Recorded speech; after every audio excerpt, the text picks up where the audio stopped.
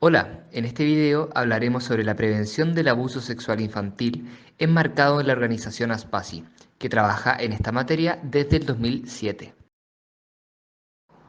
Antes de comenzar, es muy importante clarificar qué se entiende por abuso sexual infantil o ASI. Es un fenómeno definido de múltiples formas dependiendo de la organización, dadas las diversas causas, modalidades y consecuencias que posee, que dependen de la cultura y costumbres de la sociedad en el que ocurre. Sin embargo, para efectos de este video, se definirá abuso sexual infantil como situación en que un adulto o niño mayor utiliza sexualmente a un menor para satisfacerse sexualmente a sí mismo, al menor o a un tercero. También puede darse entre niños y niñas de la misma edad cuando hay chantaje, coacción o imposición. Para identificar si un fenómeno corresponde a un abuso sexual infantil, existen tres características esenciales que están presentes en la mayoría de los casos. En primer lugar, califica como ASI cuando se involucra a un niño o niña en actividades sexuales de cualquier tipo, las cuales se ubican en un amplio espectro que va desde el exhibicionismo y voyerismo hasta la penetración. En segundo lugar, existe una diferencia jerárquica entre el abusador y su víctima o una relación de poder el cual se utiliza para generar un abuso.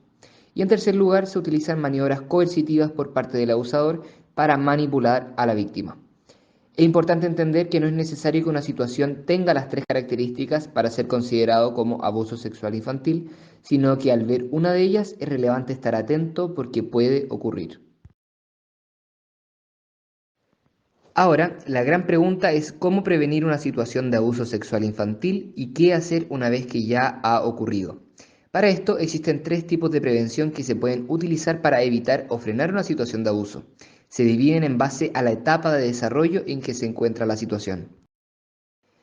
En primer lugar, encontramos la prevención primaria, entendida como cualquier maniobra dirigida a la población general o a una porción de la misma, orientada a la reducción de la incidencia de los abusos cometidos hacia los niños y niñas. De esta forma, en este tipo de prevención se espera brindar a los niños y niñas las herramientas necesarias para que aprendan a identificar situaciones de peligro, transgresión de límites, tocamientos inapropiados o tácticas que el abusador pueda implementar para llevar a cabo su cometido. Así, se enseña y previene sobre este tipo de situaciones desde una edad más bien temprana, sin necesidad de que ya haya ocurrido una situación de abuso sexual. Posteriormente tenemos la prevención secundaria, que se entiende como la pesquisa o detección temprana de determinado trastorno o condición, en este caso el abuso, en forma tal de detener su avance o limitar su duración. De esta manera, la prevención secundaria se realiza cuando existe población en que se reconocen factores de vulnerabilidad, de riesgo y de protección como elementos que interactúan para constituir una realidad individual y única que posibilite una serie de recursos. Dentro de esta prevención se encuentran programas de intervención que conllevan la reducción o eliminación de los efectos negativos de un determinado problema en su configuración inicial o en este caso una situación de posible abuso sexual. Por último nos encontramos con la prevención terciaria, que opera cuando el abuso ya ha ocurrido y se dirige a la prevención de la recurrencia de la violencia o prevención del daño resultante del abuso. En otras palabras, está dirigida a que el sujeto empiece a sentirse otra vez parte de la sociedad y tratar que las consecuencias perturbadoras del problema no avancen y no se vuelvan a repetir. Para esto es de suma importancia evitar la revictimización de niños, niñas y adolescentes una vez han sufrido el abuso y la reincidencia de los agresores sexuales una vez que han cometido la agresión. Para que se logre esta prevención es relevante realizar un trabajo articulado entre distintos actores para dar reparación al hecho y asegurar que no vuelva a ocurrir. En esta misma línea es necesario comprender a quién va dirigida la prevención. Como se puede observar en el recuadro, la prevención no es únicamente para los niños y niñas como se cree usualmente, sino que también puede ser para madres, padres, tutores, profesionales de distintas áreas o incluso para quienes agreden a un otro en esta materia. Lo más común es dirigir la prevención a niños, niñas y adolescentes. La mayoría de intervenciones preventivas en niños están orientadas a los programas educativos enfocados en la seguridad personal. Además, por medio de diferentes herramientas como el empoderamiento, se fortalece y evita que se vean involucrados en situaciones abusivas y que logren aumentar la resistencia a un potencial abusador. O también herramientas acerca de la propiedad del cuerpo, adquiriendo conocimientos acerca de conceptos relacionados al abuso sexual infantil y siendo capaces de diferenciar actitudes o comportamientos positivos y negativos que tienen con ellos. Por último, en la prevención se espera que los niños adquieran estrategias de autoprotección como huir, confiar en su intuición y decir no si experimentan algo que cruza los límites, y que adquieran conocimientos sobre los sistemas de apoyo, dónde obtener asesoramiento y qué hacer si experimentan abuso real o potencial. Por otra parte, también la prevención se orienta a madres, padres y tutores, ya que obviamente son parte del grupo de personas que más están con los niños y niñas, por lo que están en una posición única para involucrar a sus hijos en diálogos sobre temas relacionados con la sexualidad. En este sentido, estas figuras ayudan a prevenir el abuso sexual infantil y tomar medidas rápidas para tratar el trauma y minimizar el daño. También es importante mencionar a los distintos profesionales que trabajan en materia de infancia, como profesores, cuidadores, trabajadoras sociales, personal de salud, entre otros. Al trabajar directamente con niños y niñas, desempeñan un papel central en la prevención y detección de abuso sexual. Por último, la prevención también puede ser trabajada en un agresor, siendo el grupo más difícil de intervenir, puesto que, a pesar del conocimiento de los factores de riesgo para el abuso sexual infantil, la mayoría de los potenciales agresores no están identificados o son reconocidos luego de cometer el acto abusivo. Para esto es importante abordar la prevención por medio de campañas basadas en la educación, especialmente sobre las sanciones o consecuencias legales que implican los actos abusivos con menores.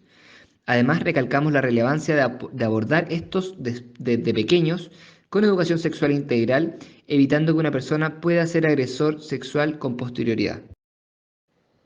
Ahora, durante la prevención existen diversos elementos o conceptos básicos que siempre deben estar presentes, ya que permiten trabajar de manera más completa su prevención.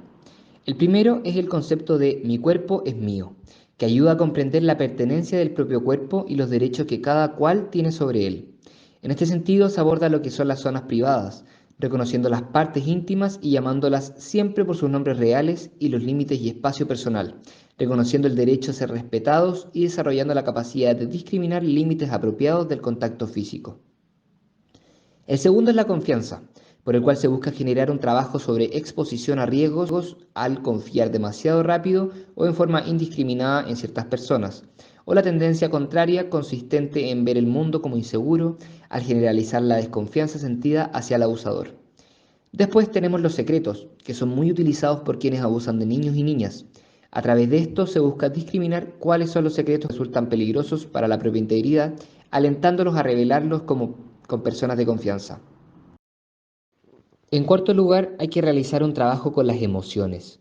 Esto se realiza por medio del desarrollo de la capacidad para identificar, contactar y expresar las propias vivencias emocionales, además de un reconocimiento de la rabia como una reacción normal frente al abuso, trabajando formas adecuadas de manejo que eviten el dañar a otros o canalizar la rabia en conductas no autodestructivas. Por último, la frase no es tu culpa. Muchas veces cuando un niño o niña devela una situación de estas características, se tiende a culparlo o responsabilizarlo por actitudes que tuvo o acciones que realizó. Sin embargo, es de suma importancia desresponsabilizar a los niños, niñas y adolescentes en relación a la ocurrencia del abuso sexual, porque nunca será su culpa. ¿Qué hacemos si sospecho de que existe abuso sexual infantil en una persona? El primer paso es reconocer las señales de que sea un caso de ASI. Es posible que se dé cuenta de cambios físicos o de comportamiento que puedan indicar que un niño o niña está siendo abusado. Dentro de ellas encontramos señales de comportamiento, con retraimiento físico, o se observa que parecen sentirse amenazados por el contacto físico, muestran comportamientos regresivos como lamerse el dedo, cambian en sus rutinas higiénicas como el rehusar bañarse o hacerlo en exceso, muestran comportamientos sexuales inapropiados para la edad y tienen alteraciones en los patrones de sueño o el tener pesadillas recurrentes. También hay señales físicas, como moretones o hinchazón cerca de los genitales, sangre en las sábanas o ropa interior, o inclusive fractura de huesos. Por último, hay indicaciones verbales como el uso de palabras o frases que son demasiado adultas para su edad, silencios inexplicables o también cuando de repente son menos comunicativos. En segundo lugar, debemos indagar. Para esto es muy importante que se seleccione un espacio en donde el niño o la niña esté a gusto, o que se le pregunte en dónde le gustaría conversar. Evita hablar enfrente de la persona que pudiera estarlo molestando o agrediendo. Debes hablar directamente con el niño o con la niña, haciendo preguntas usando el vocabulario infantil, pero que sean ligeramente vagas. Por ejemplo, ¿alguien te ha estado tocando? En este contexto, tocar puede tener varios significados, pero es muy posible que el niño o la niña esté familiarizado con esa palabra. Es relevante que lo que escuches sea de manera activa y que continúes preguntando. Esto va a permitir que el niño o la niña hable libremente. Espera siempre a que se detenga y luego haz preguntas acerca de las situaciones o temas que te preocupan a ti. También evita juzgar y culpar. Como mencionábamos antes, se tiende a culpar al niño por lo ocurrido. Evita esto y hazle preguntas en primera persona. Es decir, que en lugar de comenzar la conversación con "tu comentario me preocupa", consideres usar la palabra "yo". Por ejemplo, yo estoy preocupado porque según entiendo no te dejan dormir sola en tu cama. Esto va a facilitar la comunicación de esta niña. Y por último, es importante que tranquilices al niño o a la niña. Asegúrate de que él o ella sepa que no está en aprietos. Dígale que simplemente pregunta porque está preocupado por su bienestar. Como último paso, siempre se debe reportar ante una sospecha de abuso sexual infantil. Dependiendo del país y la localidad donde vivas y tu relación en la vida de ese niño o niña, puedes estar obligado por ley a reportar cualquier sospecha de abuso. En el caso de España, para reportar un caso de abuso puedes hacerlo llamando al número de ayuda inmediata 091 o dirigirte a la comisaría más cercana. Si conoces una situación de violencia y no es una emergencia, acude a la comisaría y cuenta lo que crees que está ocurriendo. No importa si no lo sabes con seguridad, la policía se encargará de comprobarlo. Esperamos que este video haya sido de gran ayuda. Recuerda que el abuso sexual infantil es un fenómeno que ocurre todos los días y depende de todos y todas el abordarlo, detenerlo y de ayudar a reparar este daño.